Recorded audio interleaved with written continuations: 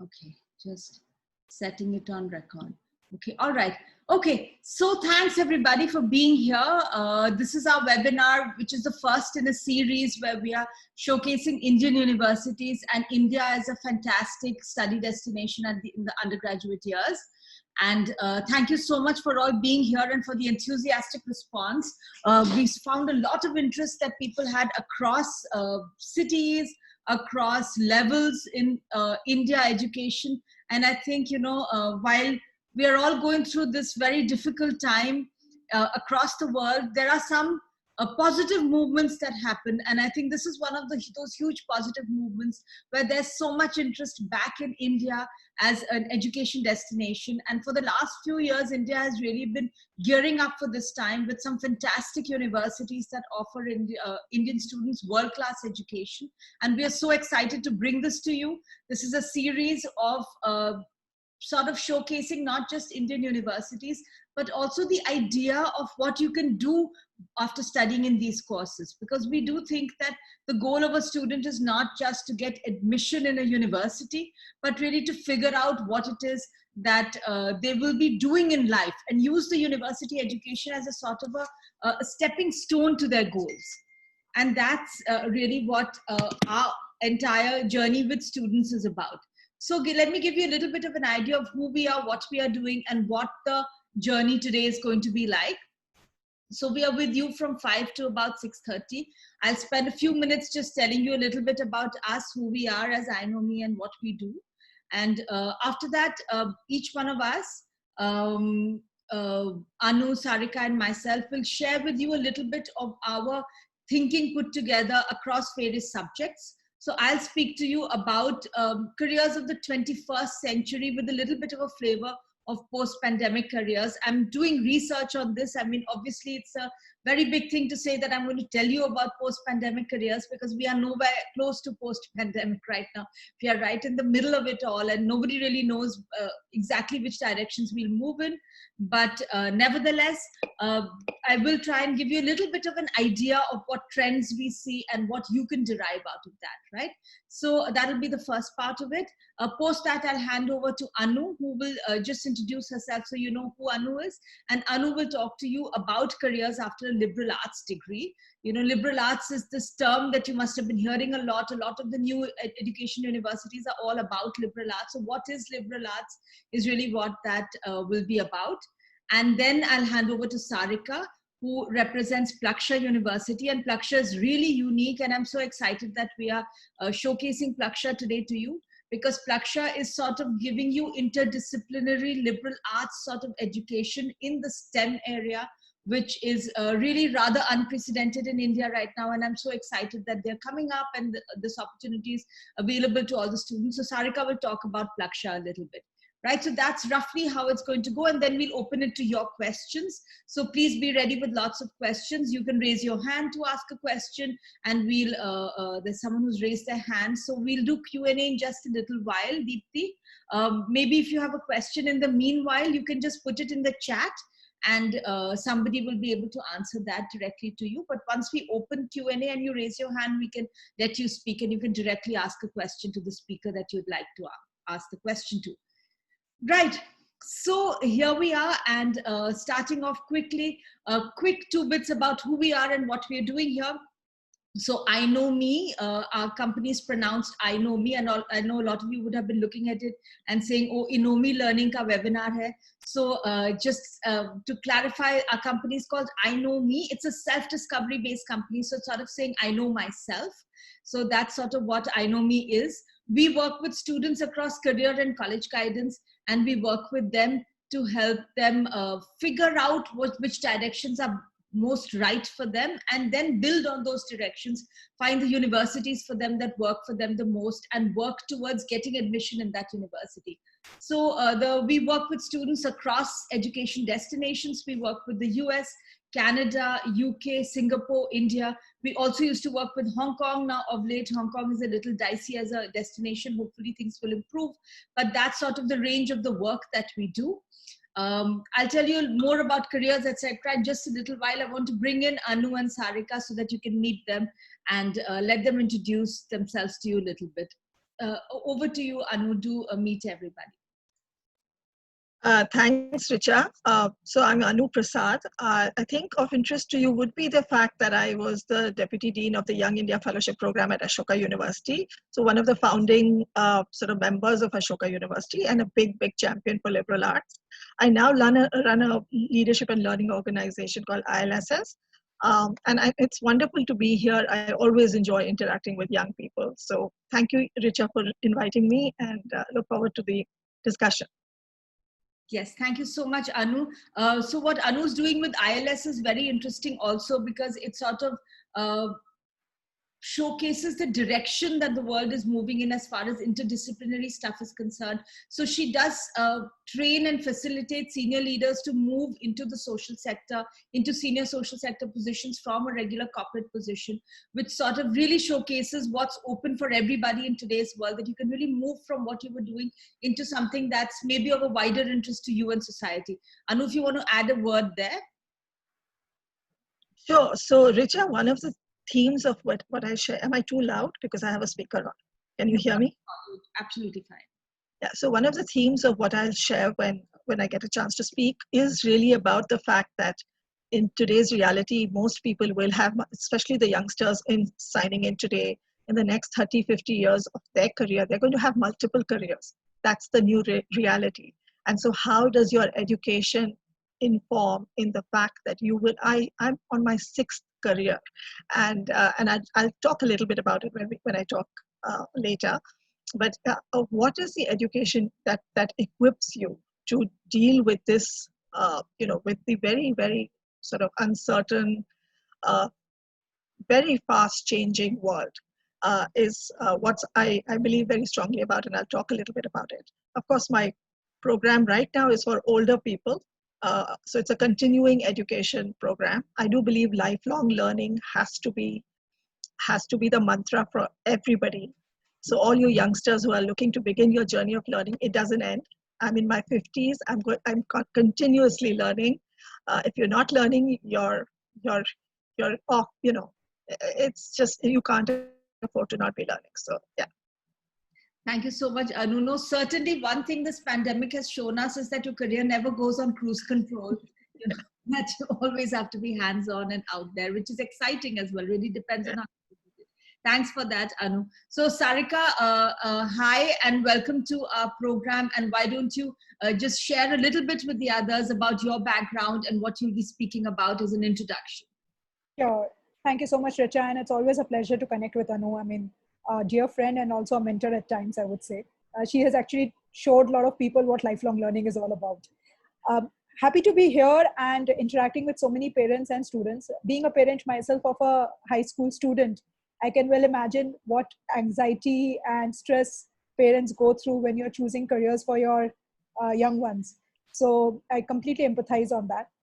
As Anu mentioned, I'm actually also in my 4th career. So career resilience is something which I guess we all have to learn during this pandemic crisis.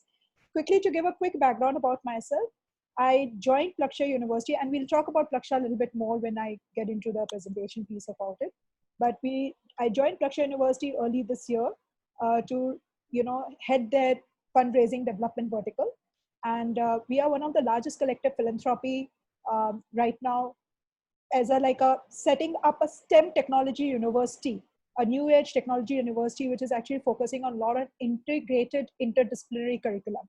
So we want to bring in what you rightly said, Richa, is we wanted to bring in what liberal arts is to, say, Ashoka has done to liberal arts.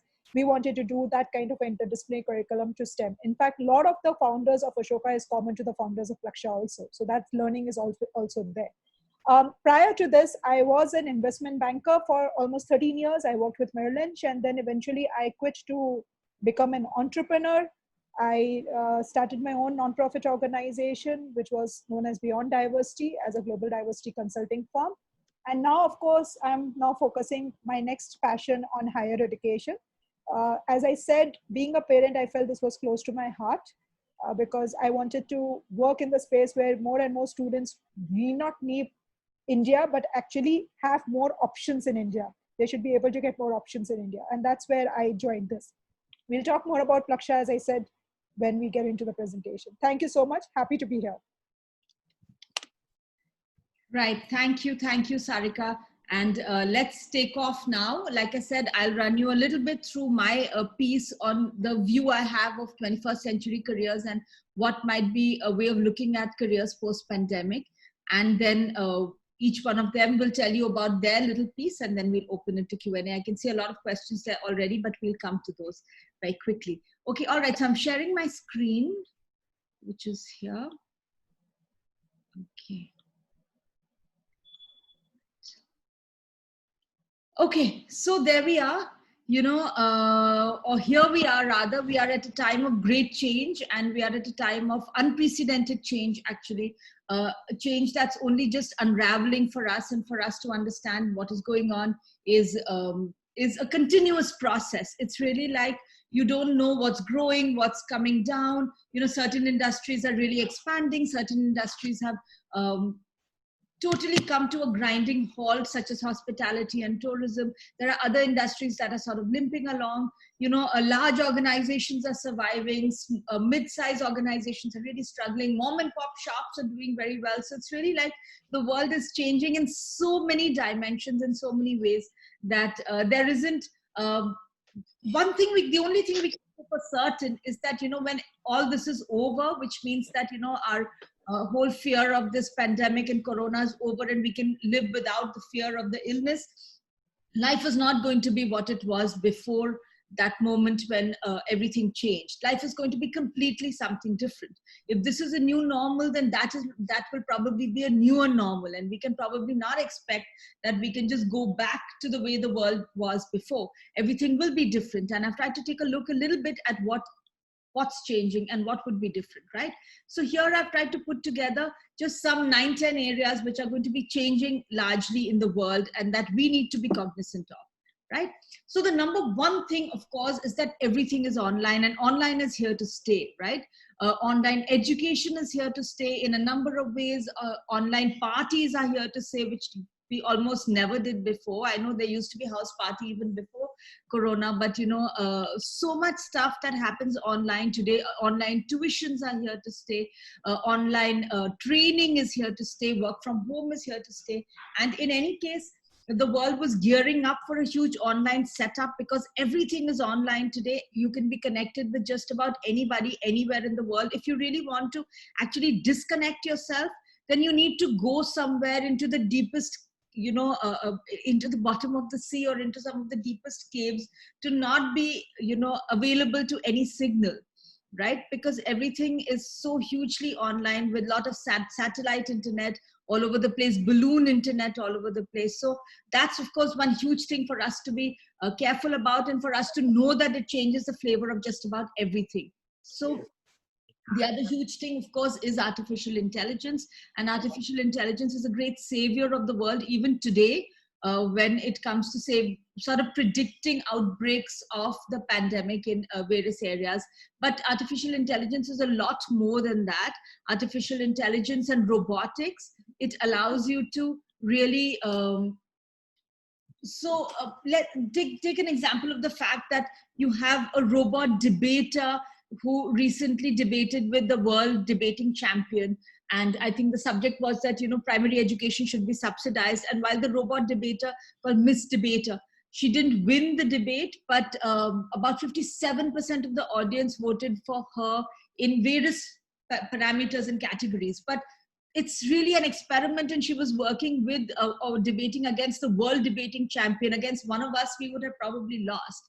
But if you just understand that example, we are talking about the ability to research ideas, the ability to put together a logical argument, and the ability to engage in a conversation, which is something we used to think that robots can't do. So that's really changing the face of the world. One expects that in the long run, you would have robotic assistants doing things that seem unthinkable right now. For example, early education and primary care, right? So we, in fact, have been researching this whole idea about early education and primary care with robotics. And we've heard moms say that they'd be probably very comfortable with a highly trained robot, as opposed to, a primary care worker who they're not sure will follow the instructions or not, because here there's someone you can really program so that she thinks exactly like you. So that's again one huge change that we need to be aware of, and it opens a whole world of possibilities for what people can do. Blockchain, well, of course, blockchain is something that India hasn't really opened its arms to completely, but the Middle East, Southeast Asia, Africa, a lot of countries have, are actively encouraging investments in cryptocurrencies. I don't know if a lot of you are aware of what blockchain does, but it sort of allows you to save either a contract or a piece of work or a sort of financial structure. You can give loans to, you can collect loans, let's say, from different people, 100 rupees each, and and it's stored in so many computers that there is no chance of fraud, and it's a completely fail-safe situation for you to be in, and that suddenly eliminates banks, it eliminates lawyers, and it allows people to collaborate with people across the world, to trust people across the world, and to collaborate on projects with people across the world without fear of your copyright, your intellectual property, etc. Right? That's just one of the things. Blockchain opens so many doors. I've not fully understood what all it does, but it's one of the very big forces that we need to be cognizant of in this world. Right? The other thing, of course, is climate change, and we don't know where climate change is. That's again been one positive thing in the pandemic, is that you can suddenly see across the world. I can see from my house to the Aravalli range, which is so interesting. But the fact is that, once the world comes back, we do expect that climate is going to again go through a huge pollution influx again. However, the expectation is that over the next 20-30 years, non-polluting energy sources. See, we expect in any case that fossil fuels are going to die out. And there's a lot of research going on renewable energy sources or non-polluting energy sources, such as energy through the difference in temperature in the air, to generate energy through things like that. So we do expect that there's going to be a lot of change as far as managing climate change is concerned, a lot of new technologies coming in. At the same time, it also, see what it says, we have to save the earth or get out of it. So there is this whole movement about traveling in space, space tourism, a hotel in space. I had a student who came and told me that she wants to specialize in space architecture. And we said, sorry, what? So she's talking about designing spaceships for tourism, space hotels, that who specializes in that. And that was so interesting for us to think about. And when we researched, we found that while there is no degree in space architecture right now, but several design and architecture institutes offer that as one of the papers in their curriculum. It's really, it shows a change that's about to come in the world, right? And then, of course, genetic editing, as you would be all aware of, that genetic editing allows us to allows not us, but allows scientists to edit an embryo at the time before the embryo is born. So you can edit the embryo to be resistant to disease, to flu, for example. You can edit the embryo to, I don't know, have blue eyes, have a high IQ. None of this is sounding very ethical, and none of this is something that governments approve right now. Having said that, there have been some experiments already with a pair of twins called Nana and Lulu in China. Then there was someone else where there was a genetic editing to help them get rid of a chronic disease that they were suffering, a congenital disease. So it's pretty much a work in progress, but it's again a direction of change that is moving really fast. Globalization now, again, this is sort of a bit of a question mark. We don't know what's going to happen with globalization, how this churn is going to end up, because right now everyone's running to their little cave. So I'll park that thing right now because we don't really know how it will be going. A big change that we expect is the age of the population, because, people are surviving longer, they are healthier. And that means that, like Anu was saying, that people have 4 to 6 careers, so there was a time when people retired at 55. In my lifetime, I've known people to retire at 58, then 60, then 65. You have politicians working till 75, 80, 85. You expect people to have a healthy career till a very long time, and to have savings, to have, old age tourism, old age retirement homes. That's again a huge change that would impact the world and open many opportunities for people. And finally, of course, technology. We are, of course, right now a little bit stuck in the world, stuck in our places, saying that, really, are we as great as we are? But the truth is that there's a lot of technology hitting the road: magnetic levitation, in-city air travel. There's a lot that we can do with technology. Of course, we know about the Internet of Things and about how you can talk to your fridge and ask it to behave itself. Your AC particularly, you might want to ask it to behave itself in some time soon. So we are soon hitting a point where almost anything is possible and nothing is impossible, right? So what does it open for us as far as careers are concerned, right? That's what you really want to know, right? That's so what should I as a student think that's possible for me? So I've tried to put together some of the areas that are likely to expand. So one is, of course, psychology. Psychology because people, not only because people are going to therapists more openly to make themselves more effective, but also psychology data research is used a lot for marketing, neuromarketing, to see what part of the creative is the customer looking at longer than the other. AI is used, AI-based psychological insights really help people decide a lot about product development, advertising, and so on. Then, of course, human-robot interaction, robot counseling, understanding how human beings learn, programming robots to learn, interact, be safe for human beings to interact with. Psychologists really have a lot of opportunities that they can open themselves to in the new world. Then, well, design, we all know that design is something that still remains very much a human area, where, UX and gaming design, that's user experience, gaming design, interaction design is really very, very big. And industrial product design is growing. In my lifetime, I've known it to grow to a much larger area than what it used to be earlier. There used to just be a few product designers here and there, but now so many product designers will get jobs with places like IKEA, or of course in automobiles, of course, but also a lot in electronics and technology, in toys and toy design. Fashion design is very big. Visual communication design remains big. Scientific research, it goes without saying. So genomics, genetics, space research is very big. Food technology, what food is safe, how to, manage food technologies, food for space travel. There's a lot that can happen with food as well, right? Energy, like I said, there's a lot of research that's going on in energy. Then the development sector, and I won't say so much about it because Anu can talk a little bit more about it, but a lot of opportunities opening in the development sector, particularly for people who have in-depth knowledge and specialization. For example, if you're a water science specialist or an energy specialist or an education specialist, and you can actually make that difference in the world. Engineering, transport engineering, aerospace engineering, mechanical engineering, and electronics, computer engineering are three very strong areas for someone to diversify into just about anything that you might want to. Healthcare, of course, again goes without saying. We can all see in the world today that healthcare is a highly resilient, fast growing, and a very, very important and highly paid area, and it should be as well. Fitness, wellness, and therapy. Again, you can see it's been an area that's been resistant to COVID because, people are doing fitness, wellness, therapy sessions online. Yoga is going online, Zumba is going online, counseling, meditation, workshops, a lot of things is happening online, and it's expected to grow and expand as people manage the fast pace of change in the world. Computer technology, of course, again, I won't say so much about that because there's so much going on there and we're all aware of it.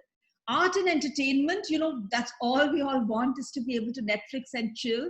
And we're all struggling and saying, oh, there isn't enough great content. So yes, there is a premium on great content, on performers, on movie makers, script writers, directors. There's so much that they can do. Education is another big area that is likely to grow, but what direction education will take is really up in the air because education is going online right now. Universities are going online. People are struggling with what it'll happen. We expect that education will see a huge change, but it will remain an employer of many people as well as a high growth career as it has become in the last 10 years or so. Deal makers, now this is not something we can so easily give over to automated robots or to AI, which is making deals in law, making deals in politics, making deals in investments, marketers, managers. So if you have the skills to negotiate and to connect with people and to manage networks and to leverage networks, that's a great skill that will be rewarded highly with lots of opportunities in the world to come. And finally, entrepreneurship. I think the world has seen very clearly now that the world belongs to the self-starter. right? Rather than to the person who says, oh my God, now what will I do? It's the people who you see in the last few months who've said, oh, let me try this online. Let me try offering this service. Let me try this product. Let me deliver this to you. That's who the world belongs to. And if you have entrepreneurial skills, then you really are in a very, very good place today. So if you look, actually, just about everything is on this screen, right? So while we build it up as a story, but if you see, this message really remains the same, that find what you really love to do, and the opportunities are still huge in the world to come, and prepare yourself best for that. A quick word on preparing for the future. So 4 important skills that I want to highlight, and I'm sure Sarika and Anu can tell you a lot more about that. One is adaptability. What can I say about it? You know, you can see around the world that the world belongs to the person who's looking to see what's going on, who's got a pulse on the world, and who does what the world needs. So adapts to the needs of a changing world. Communication, networking, interpersonal connect, listening, selling, storytelling. These are skills that will be highly rewarded. And those of you who have been hesitating to build these skills, who say, oh, I like to spend a lot of time alone, that's fine. You know, even I like to spend a lot of time alone. But try and build the skill of networking. Try and build the skill of connecting with people easily across the world. That's a skill that will be really very useful for you in the future. Personal branding, which is, you know, who are you? Your personal branding is not just your appearance. It's also your social media. It's what you've done till now. It's who believes in you, who endorses and recommends you. Personal branding is a skill that's important for everybody. And of course, technology. We are hitting a world where technology is as good as literacy. And if you are a tech geek, wonderful.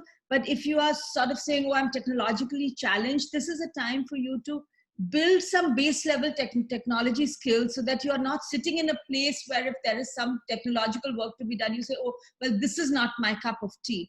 Technology is really something that we all need to open our arms and embrace, whether you're a fashion designer, whether you're a script writer, you know, maybe you should be looking at online collaborations of script over Wattpad. As a fashion designer, we are looking at high-tech fashion where, you know, people can really try things out online on a model that fits their dimensions and decide basis that. So much going on in all of these fields. Our recommendation to you really is to build your technological skills. So, well, that's it from me, really. I just wanted to sort of showcase to you what's possible in the world of careers in the future, and sort of what we can be gearing ourselves up for. So I'm happy to take questions about this at the end. I know people have a lot of thoughts and questions. I'll ask you to just park this, and we'll take questions in the end, so that we have a freewheeling, flexible time to go ahead and do that. So I'll now hand over to Anu. So I've been giving you a very big picture view. Anu will sort of help you understand liberal arts and how that relates to careers, and a little bit about Ashoka. I'm sure people are hoping to hear from you, Anu. Thanks, Richa. I would like to show my deck. Is that okay? Yes, please. So it's, Richa, it's similar to what you've shared. So there will be linkages. Of course, I'm a liberal arts champion, but I'm really looking at how do you build a career and what does that mean? So, you know, I'm just going to share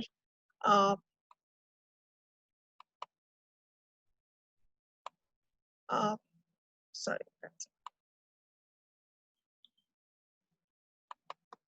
Yeah, can you see this? Yes. On the full screen. So yeah, so it's there are some. Firstly, I want to say thank you. That was a wonderful session you took, Richa. I sometimes wish I was 18 again. You know, you know how it was. We had no clue. We made choices based on very little information. So you guys sitting here, participants, you all are so lucky to get such a wonderful you know, session with Richa. You know, because I am in education, I will talk about, again, 21st century skills, liberal arts, and life lessons. And there will be linkages you'll see from what Richa has said, and just coming from my own perspective. So, you know, just four thoughts today. One is, of course, the fact that there will, sorry, somebody needs to be muted. To just put your mic on mute so that there isn't any disturbance when Anu is speaking. So I'm only going to speak about 4 broad ideas today. These are lessons from my journey, but I also think these are lessons that would be useful for all of you as you begin your journey. One is, of course, the importance of building accepting that you might have multiple careers in your life.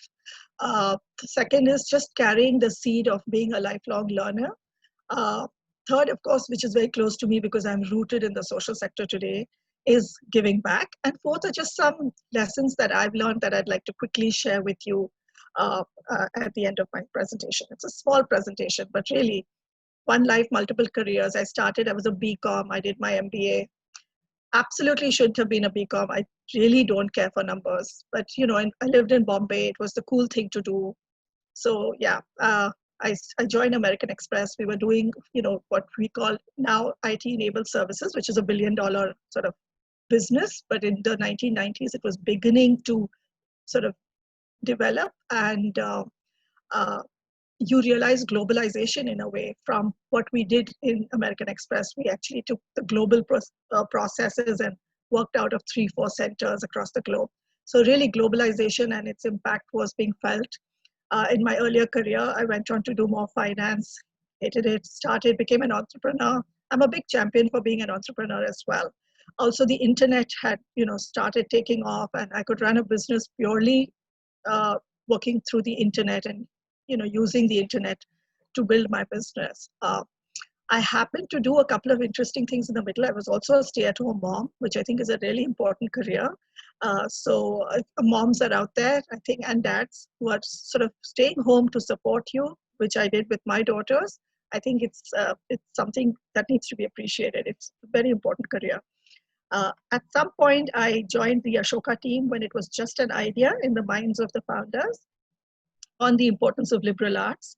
And I do believe I was the first student at Ashoka University because I sat in all the classes. I discovered things that I wish somebody had taught me when I was doing my BCom. I discovered gender, and discovered environment. I discovered, so many subjects that I absolutely loved that I hadn't had a chance to explore because I was in such a silo of commerce, So Ashoka was a great experience, and I'll talk a little bit more about it. But a lot of what liberal arts talks about are really building life skills. These are life lessons. They're almost preparing you for the life ahead. To be a team player, to think critically, to question, to be public spirited. These are not just liberal arts. This is life skills.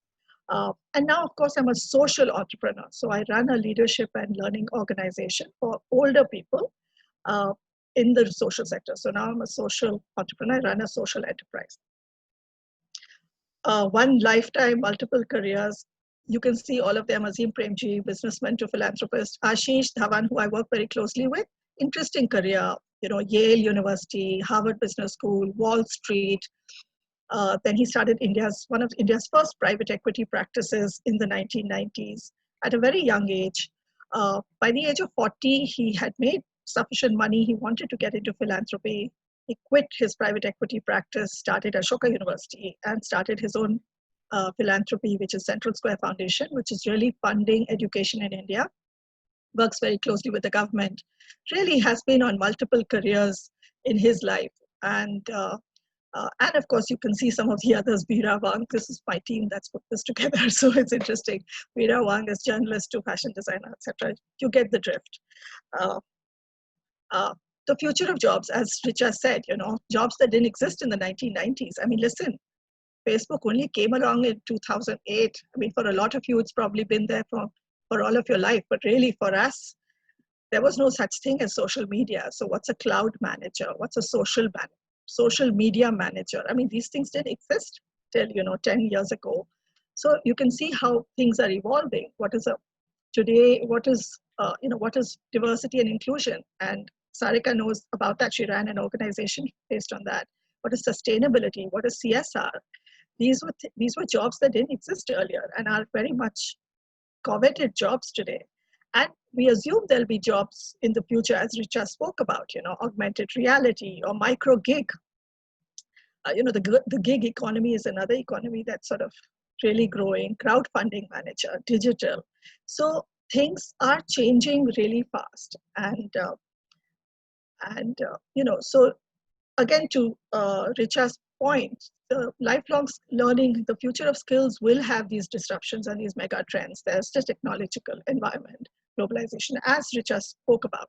And the skills that will be required are really fluency of ideas, problem solving, communication, judgment, decision, systems analysis, evaluation, active listening. Guys, I know that at this point you probably do a lot of listening, but all through your life, if you have to be a good leader, you must cultivate the habit of empathetic, active listening. Of course, systems evaluations, uh, you know, uh, strategies like that. These are all important things for skills that you require. Liberal arts. Liberal arts really is giving you uh, the chance, really. It's giving you the breadth and then the depth.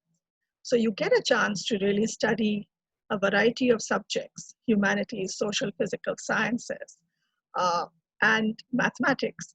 But but the fundamental thing about liberal arts is it teaches you how to think. It teaches you how to think in a structured way. How do you analyze? How do you communicate? How do you problem solve? And also ethics and morality. There is a very strong ethics and morality uh, underlying everything that is taught. And of course, it inculcates hopefully a love for learning because you get to choose, you get to explore, you get to understand. You're not made to choose in the first year. You really can decide after exploring. If I had had a liberal arts exposure when I was young, I probably wouldn't have taken the courses I did. I would have taken something that resonates far more with me. I would have probably gotten into education much earlier because I absolutely love the power of teaching. So liberal arts is that for me. Really quickly, very 1 minute on India Leaders for Social Sector. It's this sense of public spirit. At some point in a lot of careers, you do feel, and the younger you are, and you think so much in our country that we could be doing. Everywhere you look, there's a problem you could be solving. It could be as even something like prison reform, or working with acid attack victims, or working on migrant labor. Today there's an opportunity to help the migrant labor through meals. There's so many things that in this country that as a young citizen you could be actively involved with, or environment causes, advocacy, policy. I mean, maybe you won't get a chance to be in the policy, but you could be campaigning, running campaigns. And I felt like I had spent so much of the first, say, 15, 18 years not really engaging with this, the issues in my community, and I really felt like I needed to. Everyone needs to, and that's why ILSS, where we get mostly at this point senior corporates who are looking at building a second career to come understand the social sector, understand where they can play an important role, and then transition. So it's a learning program. And we've moved a lot of people into the social sector. I'm very happy to know. Doing wonderful things. Somebody's working in air pollution, someone's working in education, someone's working in public health, etc., etc. Just quickly, 11 lessons, Richa, that I think were very important for along the way. One is, and I think this is the most important, is have a vision for yourself. You're young. Sometimes one gets into a path and just follows the path. Maybe your parents told you, or you thought that was the cool thing to do. But it's always good to just sit back and have a vision for yourself and think, okay, what really resonates for me? And I think this is really critical because I spent many years in my life not having a vision for myself. I was just sort of following some path, not necessarily understanding if it meant it was the right one for me to follow. Base the below, have some values that you hold dearly. It could be anything. You may feel strongly about equity or equality or justice or anything that you feel. Base some of your vision on that. So there's some coherence in the way you're feeling and the vision you have for yourself. Build your self-awareness. I think it's really important that people understand understand themselves. Because these are just critical things for you as you begin your next phase of your career. You're all in high school, I assume, so you're going to be starting your next very important next few years of your life. Building a... This cartoon is really cute. Thanks. Humility. I think in all your life, you should always ask for help and guidance. Always. Never be afraid to ask for help because there's so much to be done and there's so much to learn. And you should I think this is a core sort of ingredient for success. If you have the humility to ask, to learn, to be teachable. In my program for the ILSs, I actually select people and I find them very arrogant because they come from a lot of corporate success. I may not necessarily actually take them in my program because you are starting in a new place. You have to unlearn, relearn, etc. So if you have that humility in you to be a student again, you're definitely going to be successful. Always play to your strengths, which again comes back from your sense of self. If you're aware of things that you do well, play on the, look at Dhoni, always plays on the front foot. So, always play to your strengths. Active listening. I can't sort of emphasize this enough. I think it's the most critical thing. It's also a very good leadership skill. You will find that if your parent or your teacher listens to you, there is a much greater connect. But if somebody doesn't listen to you when you're speaking, you feel small, you feel disregarded, you feel bad. And you should do the same, right? As when you are in a space of leadership or in anything, you should be always listening. I always believe Covey has this great saying, speak first to understand, but also to be understood. So, of course, always seek to understand, but also to be understood. So it's important to be a listener. Cultivate curiosity. I mean, this world is changing so fast. The only, the curious will survive. I truly believe that if you're questioning, you're curious, it's a sign of a vigorous mind, as Samuel Johnson says. Read. I can't say that enough. Some of these are my favorite books, but yeah, read. Reading is key. And find ways of giving back. This is, of course, critical for us in India. Indian citizens, we come from so much privilege. We have to find ways of giving back. It's character building, and speak up. I think make your voice count. That's, of course, critical. This is a very powerful saying that we all believe in, that you should not be a victim, you shouldn't be a perpetrator, but above all, you should not be a bystander. And so I would always urge people, these are all signs of leadership that I think are really important. And lastly, be kind. Thank you. So that's my presentation. I'm happy to talk about Ashoka University and liberal arts as the questions come. I did get a chance to see the questions that you had sent me earlier as well. So yeah, thank you. Thanks a lot, Anu. Thanks for that. A lot of very interesting ideas over there. Particularly the whole idea of the multi-career journey, which I think liberal arts really prepares you for by expanding your vision of what you can see, right? So we can take the Ashoka-based questions, I guess, once the Q&A begins, right? Which would be roughly at about 6 o'clock. And meanwhile, hand over to Sarika.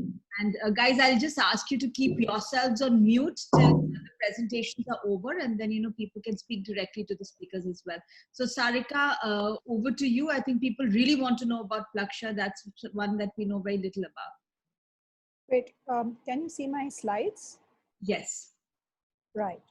No, but thank you so much, Richa and Anu. You guys set the whole tone as well as the platform for this amazing discussion. Richa, I could not actually agree more with you when you started showing all those different, that these are the different careers which can come in. And quite a few of those careers also have a very strong connect to technology and the understanding of technology. We can't deny the fact that we are in a tech-enabled world. I mean, today also we are connecting through the Zoom platform. It's a completely technology-enabled. And I can't agree more with Anu when she said that we need career resilience, we need adaptability, we need to understand that how we need to build skills and competencies which can be translated into various fields. It can be translated to various situations. And that's what we are trying to attempt even at Plaksha. So guys, I gave my background about it, so I'll not go into in terms of my background, but I would want to focus on Plaksha University because I'm sure everyone is interested to know. As I mentioned earlier, it's a new age technology university. It's focusing on building technology-enabled careers and disciplines, integrating it with liberal arts. The whole idea was started by a group of philanthropists and group of business leaders, academic leaders, and tech entrepreneurs who got together to say that we need to build a new age university which is different from what is being given right now.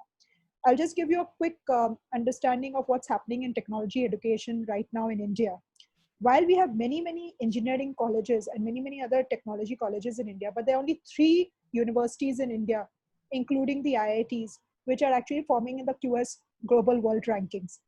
And also by 2025, sorry, by 2030, we are expected to have at least 1,200 universities more in India to be able to actually take in all the students who are passing out of the high school and want to go to their college level. The third piece, the third statistic is very important to note. 80%, the National Employability Report says that the 80% of the engineers who come out of the engineering institutions are actually unemployable. So many a times when we push our kids, when we push students to do all the engineering colleges degrees, many a times we need to really question ourselves that what do they really want to do? What do they really love to do? And what is the kind of a process they will follow in those 4 years of their academic career? And with keeping all these data in mind, keeping this problem in mind, Plaksha was actually born as an idea, as a concept 3 years ago. We have actually made a lot of strides during in these last 3 years. Just a second, yeah.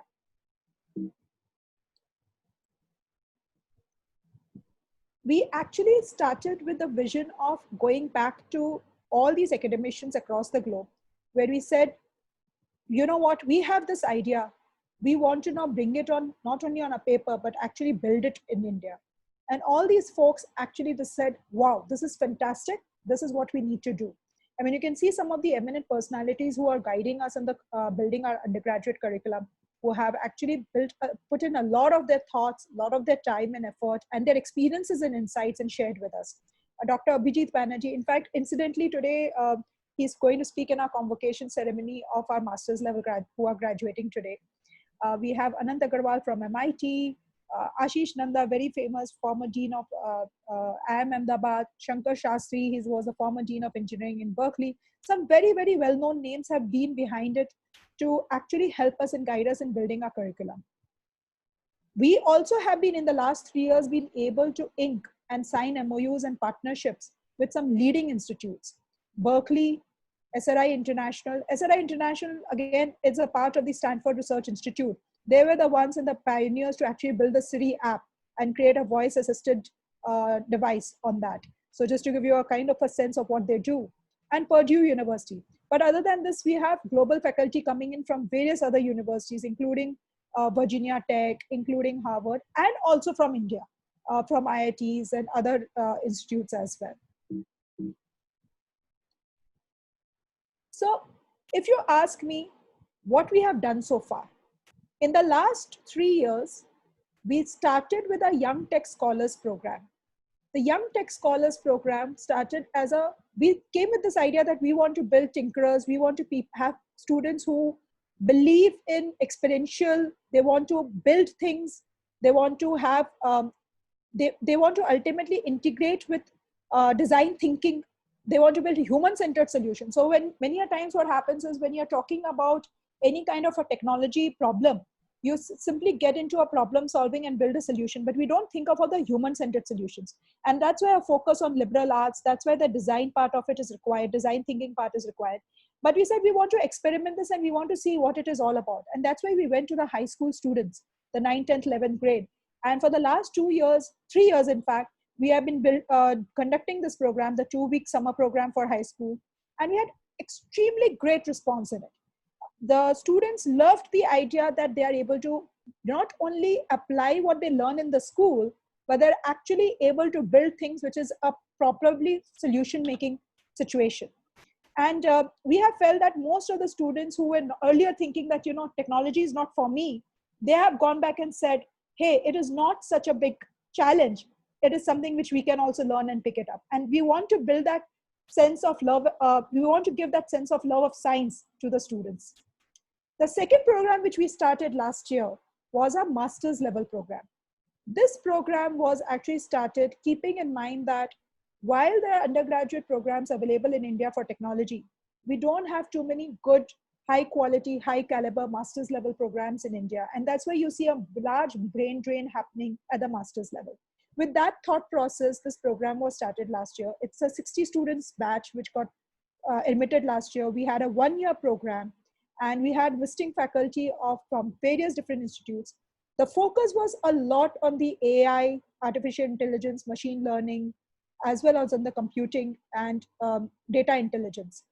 In fact, I'm glad to say that almost all the students have been placed, and today they are graduating, as I mentioned earlier, and Dr. Abhijit Banerjee is a keynote speaker in this. So we are very proud of what these students have been able to achieve and what this program has been able to achieve.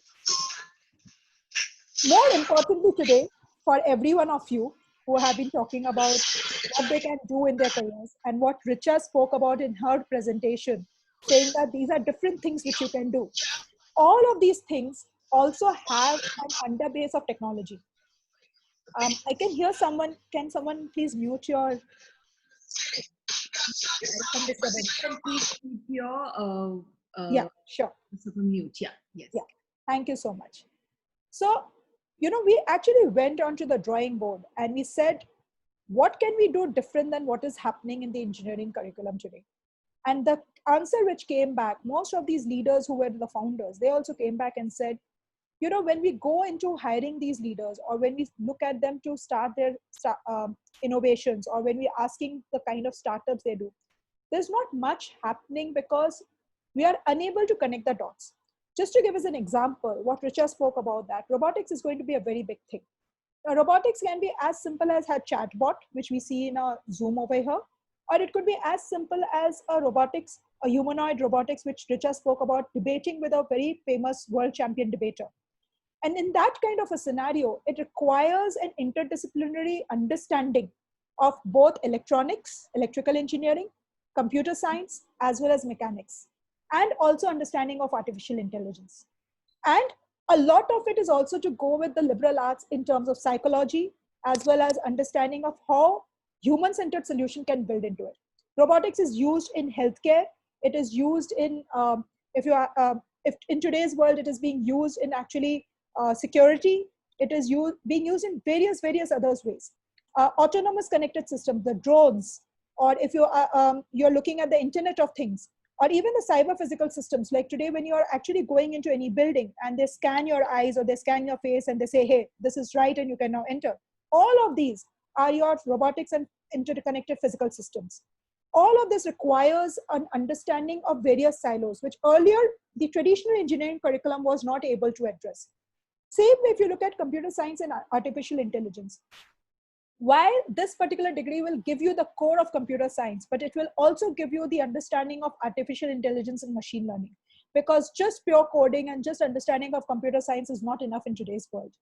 Also, it will help you to, with your liberal arts understanding. And I come from a diversity and inclusion background. I ran, as Anu mentioned, I ran an organization which was globally top 10 diversity consulting firms. And the learning for me was, we built a lot of artificial intelligence machine learning systems. But if you're not able to understand that where the challenges are coming from, the biases creep in even in their solutions. Therefore, an understanding of that psychology and liberal arts and human-centered solutions is very important. Therefore, an integration of liberal arts in all these disciplines will also be very important. Biological systems engineering. It is one particular discipline which is very close to my heart. We are talking about one of the largest pandemic crises, which is actually affecting the largest public healthcare systems globally.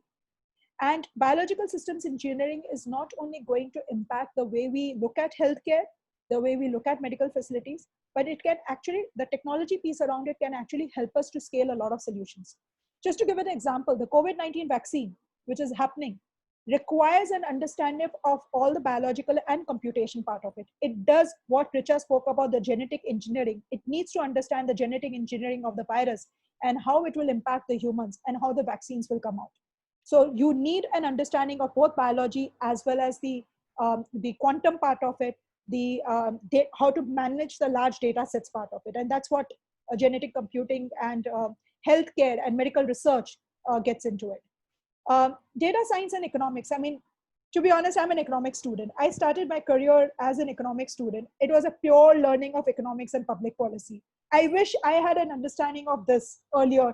I mean, Richa, when you were giving me that, when you were giving that presentation, I was like, shit, how come we never had these kind of opportunities earlier? And I'm really envious about that.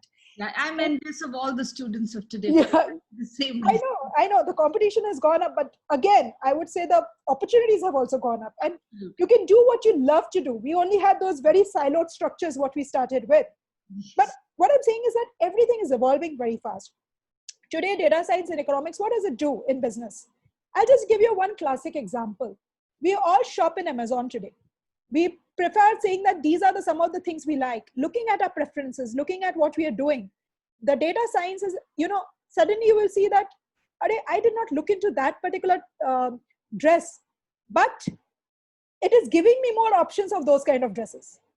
They are trying to build that data intelligence within the system. They are trying to put that whole basket of things of what you're doing and trying to help you to choose your consumer preference and say, hey, possibly you will also like this.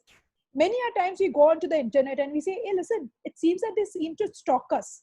It's not stalking, it's just at the back end, just collecting all the data. How it applies in business and economics. I gave you an example how it applies in retail business. I'll give you an example how it applies in economics. If you just take the idea of the public policy as well as how right now during a COVID crisis, we are able to find, or rather not able to find because of the lack of information and data in India, is which all hospitals have the beds open, which all hospitals have the doctors out there, who is going on leave. Data science can actually help you to crowdsource all this information, help you to figure out where we are lacking in the systems, and can help the public policy people and the economists of the country to say, this is where we are lacking, and this is where we need to invest, and this is how the policies should look like. So it's a very integrated approach to the whole thing. All of these are BTech degrees, Bachelor of Technology, 4 years degrees, and all of them have very real world applications. They have chances for you to explore what you really love to do, and also gives you an opportunity to be in careers, which I think will be career resilient post-pandemic also, and will only keep growing. So this is in a nutshell is what we have been doing. It's a founding batch for us. The campus is coming up in the beautiful Mohali area near Chandigarh. It's 10 minutes away from the Chandigarh airport. We are surrounded by more than top 20 institutions in Chandigarh within the 20 minutes of our radius. These are some of the architectural renderings. Our campus will be ready by the beginning of the early next year. And we are starting our admission process in October with the first founding undergraduate batch. Our master's program is already, I said, has been started. We are very excited to have bright students, and we hope that this will be an answer for many of you for looking an opportunity, for looking for a career in technology, because we want to build tech leaders, we want to build problem solvers, we want to build innovators, entrepreneurs, because the idea of entrepreneurial mindset and innovation is key in all our curriculum design. And we want to build all these folks who can actually help us to build a better world. And I'll just end my session over here. Happy to take any questions, Richa, post this. No, I was muted. Wonderful. Thank you so much, Sarika, for that. So exciting to see what Plaksha is doing. And we're doing very well on time. I think we've been very, very good with that. So let me plunge straight into the questions. One of the questions that's been asked again and again. So I'll just showcase a few questions before we let participants directly ask you. One question is that it's got two parts. One is that what is the ideal profile of a candidate for liberal arts education?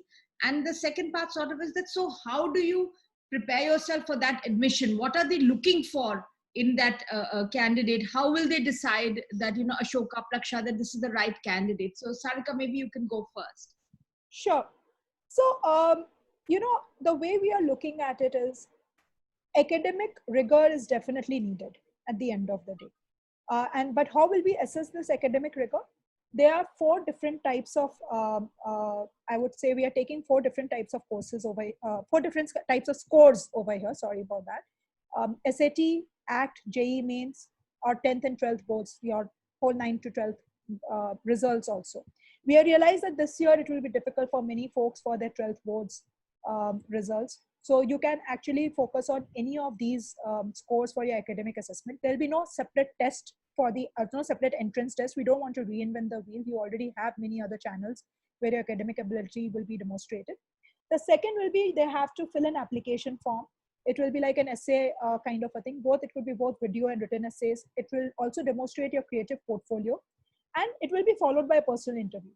The whole process is designed in such a way that each and every student gets an opportunity to showcase what they are best at. We will give weighted averages in all the three aspects of it to make sure that everyone gets an equal opportunity. We do not want to just focus on one particular test and say, hey, you had a good day, you had one test, and therefore you are in.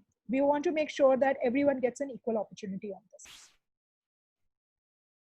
Have I answered that question, Richa? Yes, Sarika, yes. Thank you so much. One more Plaksha related question, and then I'll put a few questions on to Anu. The question is that for bioengineering in Plaksha, is it important for me to have bio in 11th and 12th? So for the bioengineering, it will be ideal if we have biology out there, because it does need an understanding of healthcare and all. But at the end of the day, you can apply for the form. We have not created a maths. For us, it is very important to have maths. For us, for all courses available, mathematics as a core subject is very important, and having a rigor, academic rigor in that is very important. But yes, if you are taking up biological engineering, it will be ideal. It will be a good situation to have biology as your optional subject in 11th and 12th. But it will not be what you call a kind of an elimination part of it. You can still apply. Okay, so about math, since you did say math, there's a question here. And Anu, you actually don't really represent Ashoka Admissions, but if you have a view on it, please do share. I think Naini is also here. And Naini leads a lot of the admissions in Plaksha. It's a very admission-focused question. It's saying that what about this applied maths that CBSE is offering? Will applied maths, because you said math is very important. Of course, what I understood you to say is that math is very important. Bio is highly desirable. Therefore, if someone has bio, they probably will be more competitive than anybody else. If someone has math, so probably two profiles, one has only bio, one has only math, will be at the same level. Math plus bio will put you ahead, if some students in India do that as well. Specifically for a bioengineering, if you want to apply for that discipline. Now that's specifically, but what about applied math? How does that impact things? Are you, because it's just the first year that they've just now offered applied math as an option in CBSE? So Richa, again, as I said, the core of every discipline in this is actually maths. If you look at it, the way the curriculum design is, it's a lot of it is AI, ML, data science. In each one of them, that is becoming a larger foundation courses. So understanding of maths is very, very important. So as I said, whether it's applied maths as a subject or not, it's not going to be, we are not very fussed about the fact that what kind of a maths you know. We will look at your other scores then, because there are like many other scores of showcasing your academic capability, whether it's SAT scores, whether it's JEE, or whether it's your ACT. So looking at those kind of scores, we'll create those standardized things on that part of it. So I'm not very sure, maybe Naini can answer on to it, because we are still working on how the typical weightages will be given to applied maths versus a pure maths kind of a thing. But it will not be what you call an elimination part of it.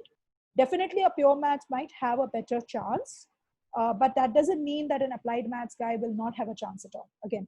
Yeah, I think to answer the question a little specifically, see, applied maths is only offered to students who have humanities and commerce. Now, that only opens within Plaksha for you, the data science and commerce stream. So exactly. It will anyway not be open to you. In the data science and commerce one, if you've taken applied maths, it will probably put a little bit of a question mark on your profile, because the data science course itself is so highly mathematical that the question will be, why did the student opt for applied maths? So it will probably not make your application extremely competitive, but I'll just try to answer this by giving one example. In our master's level program, there are two students who did not have the requisite so-called academic requisite skills or the rigor. But they were strong entrepreneurs they came from an entrepreneurial background. They had that X factor and they knew what they wanted to do. So they could show it from their coding skills and the programming skills that they knew what they are doing, and they can cope up with the rest of the class. So that's why the interview process and the application form process also helps you In case if you feel that there is a challenge in terms of the kind of courses you have taken and you want to apply, that's why there is a second and a third level of the application form and the interview process. Yeah, okay. So there's one more question here, which is about IB, which I think is quite a simple question. It's saying, are IB students eligible to apply to Plaksha? Is Plaksha looking at IB students as well? You are most welcome. As I said, we are very inclusive. We will look at standardized tests and you can always apply. And we have tried to make the admission process as inclusive as possible, where anybody and everybody who has that academic rigor, who has that X factor, who has the love of science can apply. Yes. Okay, there's a question here about Ashoka. Anu, maybe this is one that you can answer, which is that what are the two most popular paths for undergraduate students after Ashoka? Are there two most popular paths at all? You are muted. I wouldn't know what are the paths after graduating from Ashoka that students do. I wouldn't know that at all. Is that the question, or are they asking what are the two most popular paths for students graduating after a liberal arts curriculum is pretty much, I think, what they are asking. I wouldn't be able to answer that, Richa. I'm not sure. Yes, Sarika. I can share. Ahead, Sarika. Because I can share this because right now the team at Plaksha University, a lot of the Ashoka University students are actually part of the team, including Nani, who is also Ashoka fellow. So what I'm trying to say is that I have seen a lot of Ashoka students doing extremely well in many, many careers, including working in the development sector, education sector, health tech sector, banks also. So liberal arts, like any other discipline, I've come across Ashoka students and I felt very proud of the fact that they're amazing students and they are able to adapt to any situation they're given.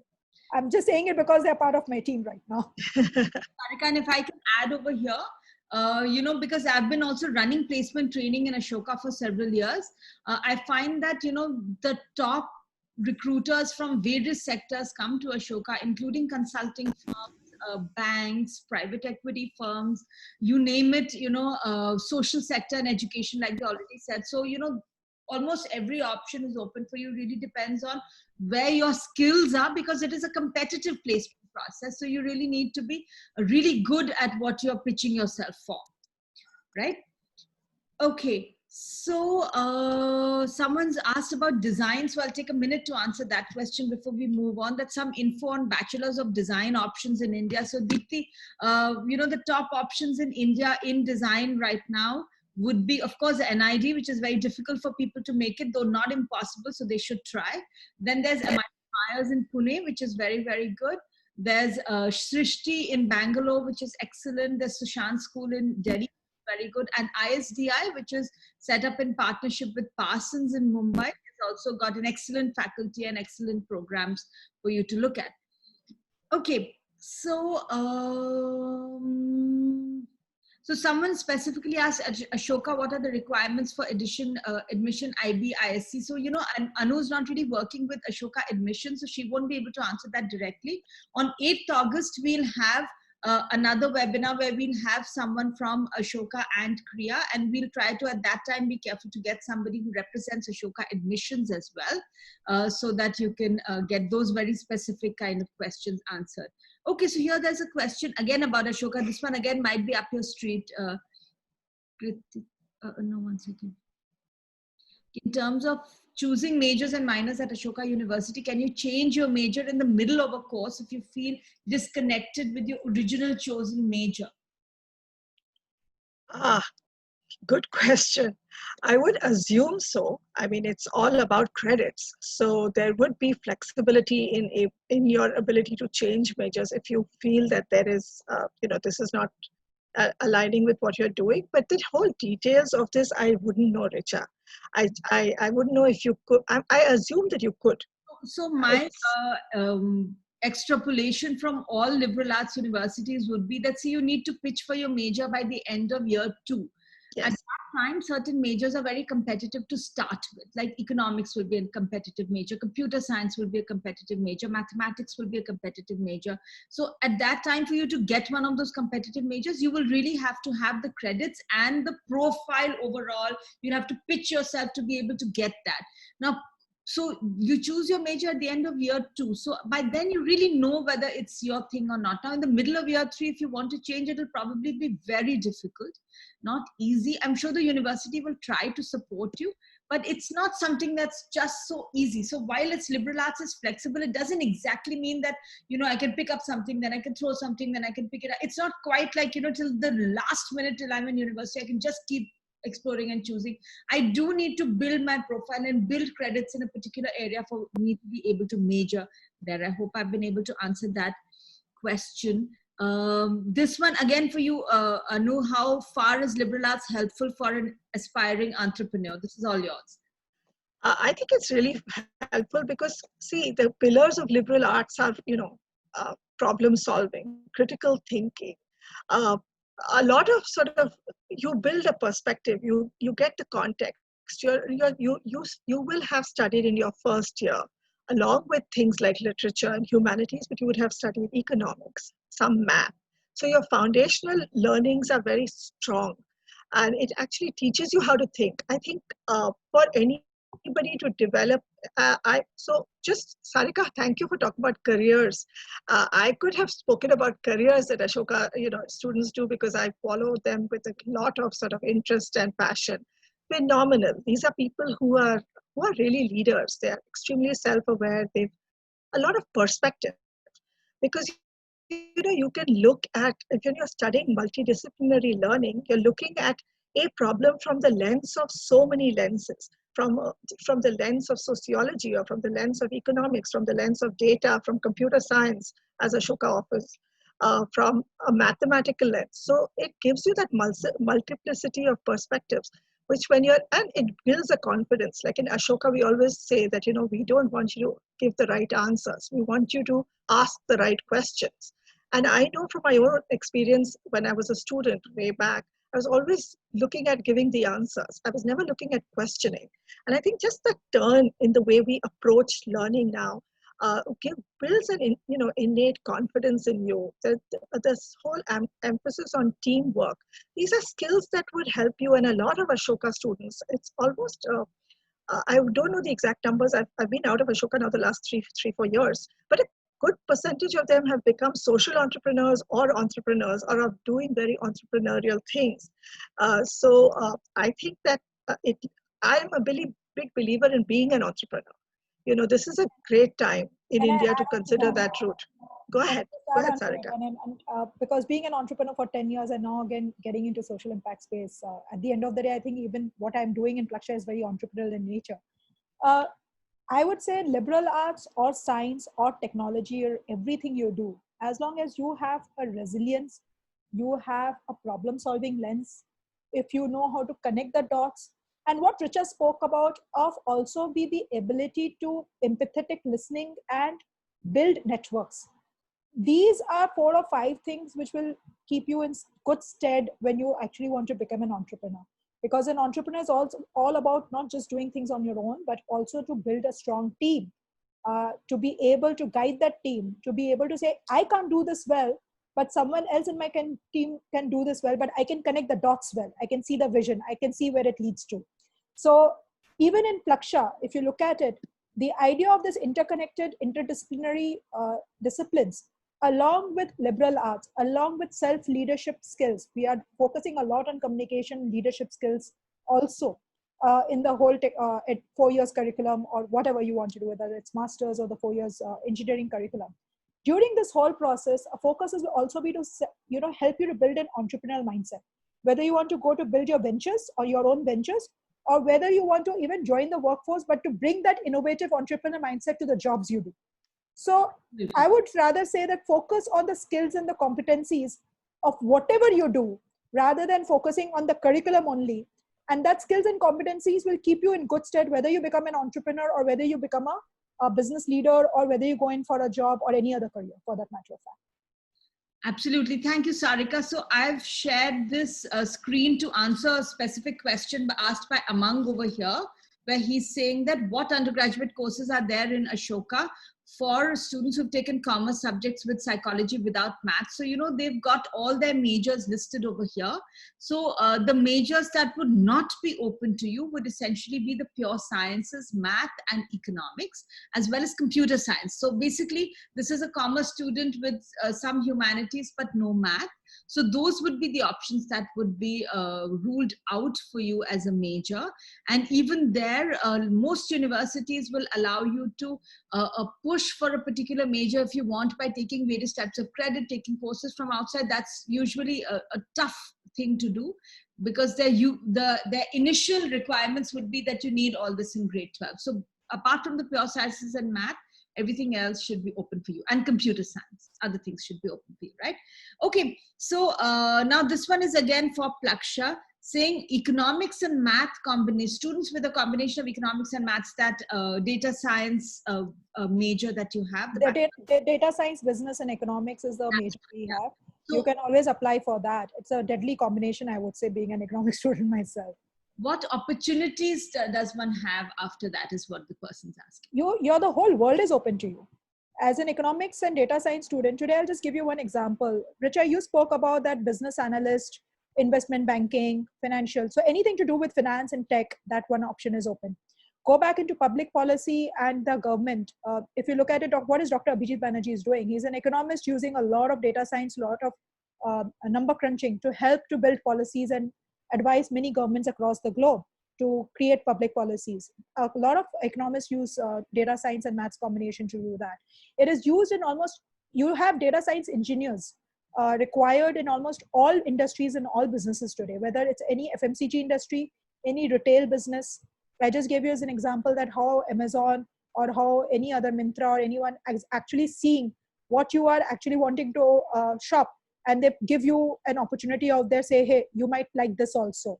They help you to browse better, that user experience is better. So data science engineers at the background are actually helping you to build those code. But I would say the whole world is open to you. Again, it's a very deadly combination, an understanding of economics and understanding of business and understanding of data. Big data is a very big thing. People are collecting data so much, but to make sense out of it is what is needed in this particular curriculum. Absolutely. I'm with you, Sarika. It opens the world of options to you, and it's a fantastic bachelor's. And I've been highly recommending it to my students who are looking at finance and business careers as well, that it really, it's like, this is it. This is what you need to do. These days, you don't do investments on the basis of just one individual person saying that, you know, you need to buy this stock. Those days are gone. There's a lot of statistical modeling which is happening. Finance has become a very, very high-tech industry. So the understanding of that data is also very, very important. Very important, right?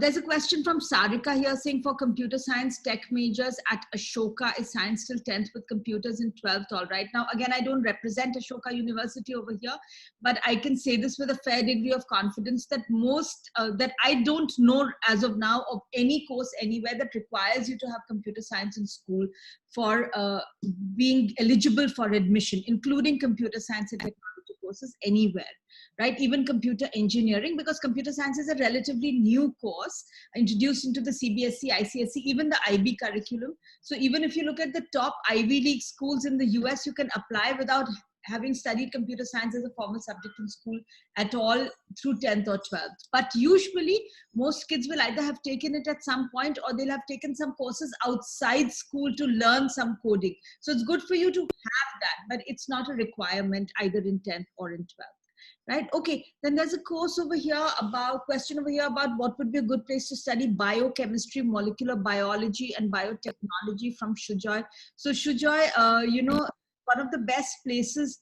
Of course, the bioengineering course in Plaksha will also prepare you for similar areas. But otherwise, you know, IISc Bangalore is, of course, a top place with very few seats, and you get through the KVPY process or the JEE process for that. It's not an easy one to get through, but it's really a top institute. All the IISCRs across the country There are about 5 ISCRs, I think. So they have very good education over there. Delhi University itself has some leading biochemistry courses. A lot of engineering colleges have this BTech biotechnology, which is also not a bad course for you to look at if that's the sort of thing that you are exploring. Okay, I'm so sorry. Then a question from Khyati about clinical psychology colleges. So Khyati, let me answer that. So clinical psychology, among the universities we've talked about so far, Ashoka has an excellent psychology department, and they would prepare you for clinical psychology, neuroscience, organizational psychology, any of those areas. Some of the other leading institutes in the country, Delhi University, of course, has some of the best psychology courses. See, you need a BA in psychology to be able to practice as a psychologist. So if psychology is at all on your radar, then you must do a BA in psychology. It also opens a lot of other areas for you, but it also prepares you for psychology. So Delhi University would be a number one place. Ambedkar University is very, very good with psychology. There's IIPR in Bangalore, Indian Institute of Psychological Research. They are pretty good as well. Some of the Bombay universities are good. Kriya is a very good university also, which we'll be showcasing in August, which also has a psychology course.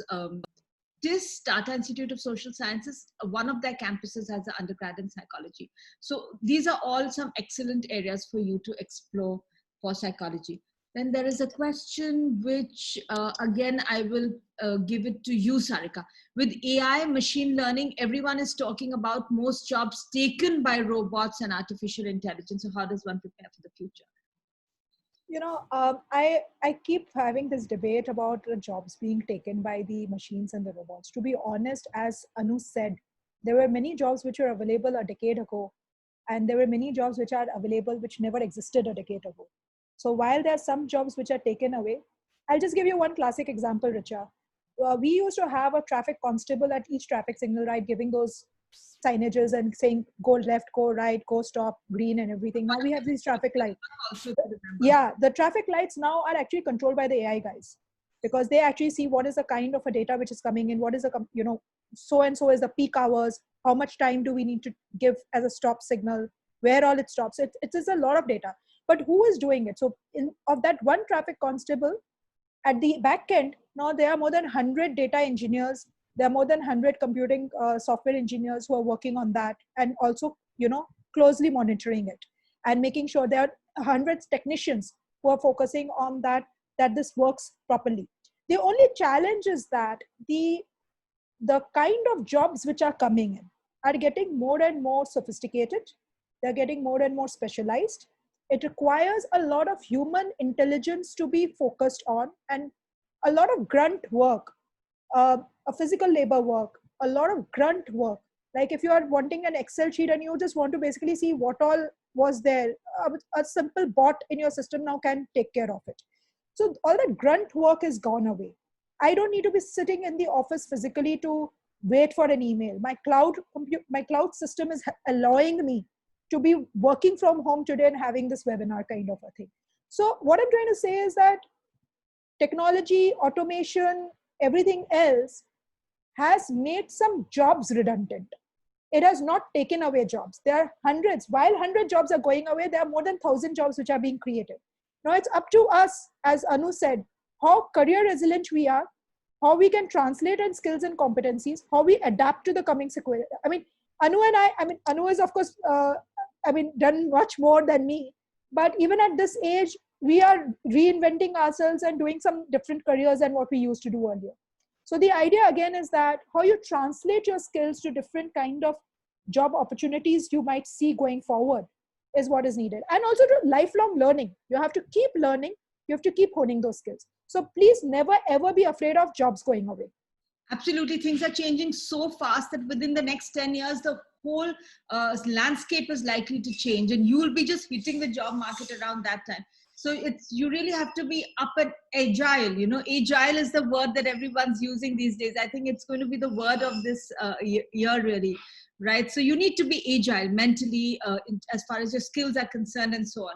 Okay, one question that I want to answer very quickly is, someone says, what will be the qualification required for an economics plus math background if they don't have the JEE? I'm answering on your behalf, Sarika, that an SAT is fine for Plaksha University, I guess you're asking. And SAT is fine, KVPY is fine. You know, so there are a number of tests which are listed on the Plaksha University site. JEE is not the only route for you to open those doors, right? Even your 10th and 12th boards results, from 9th to 12th academic results, even we will look at that. So the weightages are given accordingly of what you are submitting. Absolutely. Okay, now this is a question, since we are running short of time now, it's a very important one that I think a lot of people want the answer to. So Ahana sort of put it in, I think, words for everybody. It says, what kind of profile building does a student of 9th to 12th need to do to enable themselves to get through liberal arts, top universities in liberal arts like Ashoka or Plaksha or Kriya? How should a student gear themselves up? Anu, if you can give it a shot first. Sure. So I think that, there is no gaming this. And that's why I would say that be your authentic self. I do believe that if you're in 9th, cultivate some of your interests, cultivate your curiosity. I would reiterate, keep reading, be curious, involve yourself, of course. I don't want it to sound like it's being something to be done, but really there is so many things you're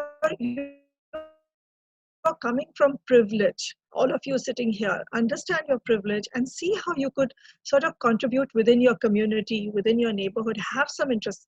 At Ashoka, they do the in-person, as they probably do at Plaksha. So with all the test scores and the essays and everything, they still want to meet you because they want to see, and they also make you write the essay there and then because they want to see.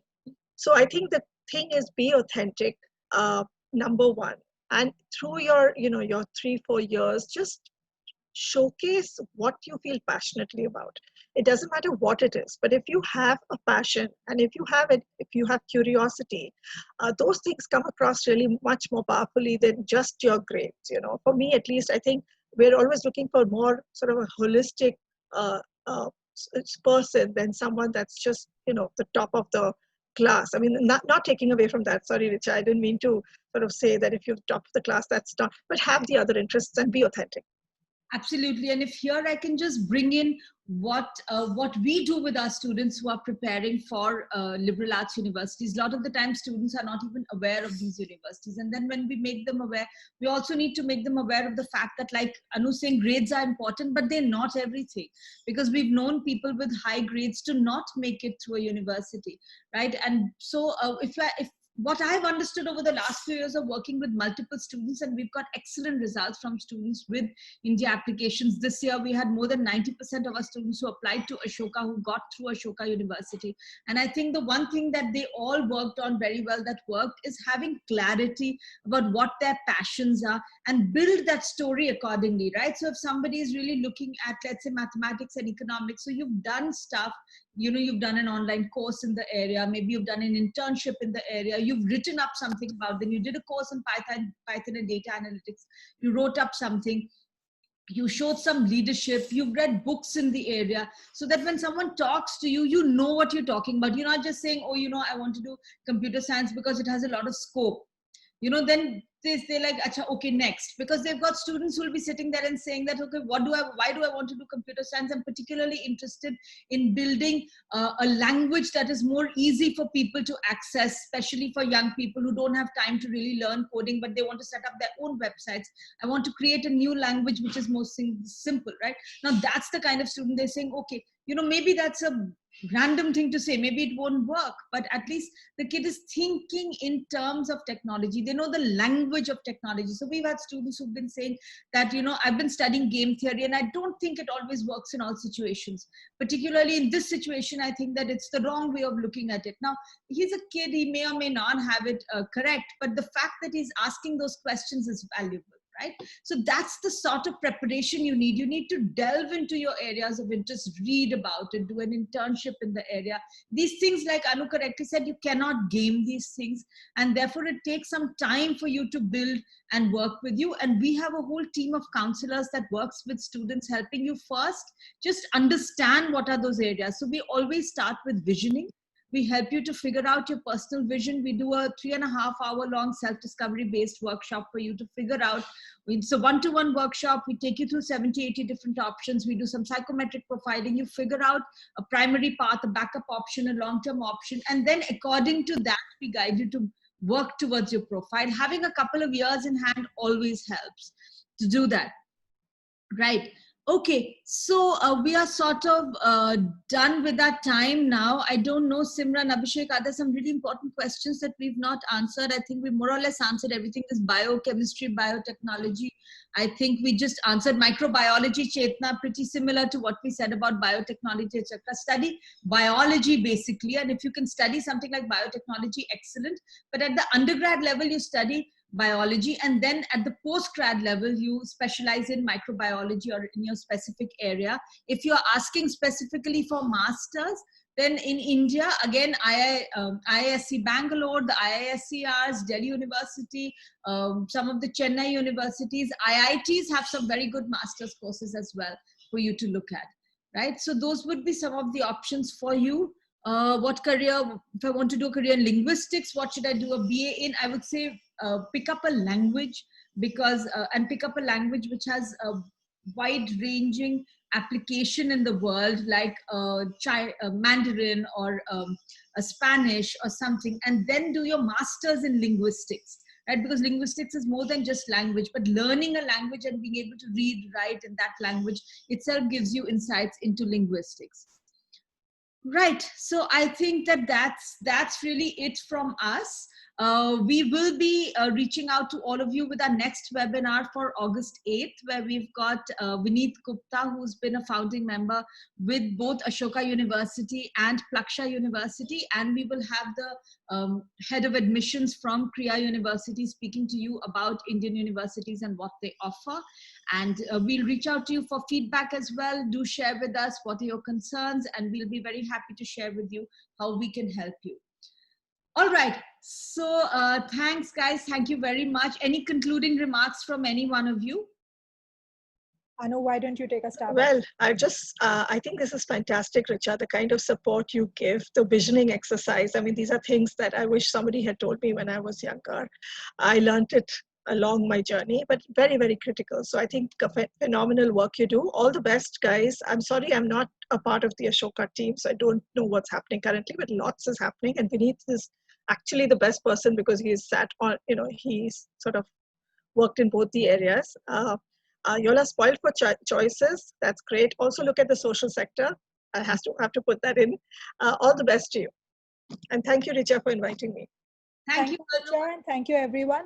All the best to all the students and the parents. It's an equally tough task both for the parents and the students during these times. Thank you so much, Sarika. Thank you, everybody. Thanks for being with us, and we'll catch you again soon. Thanks a lot. Thank you. Bye-bye. Bye-bye.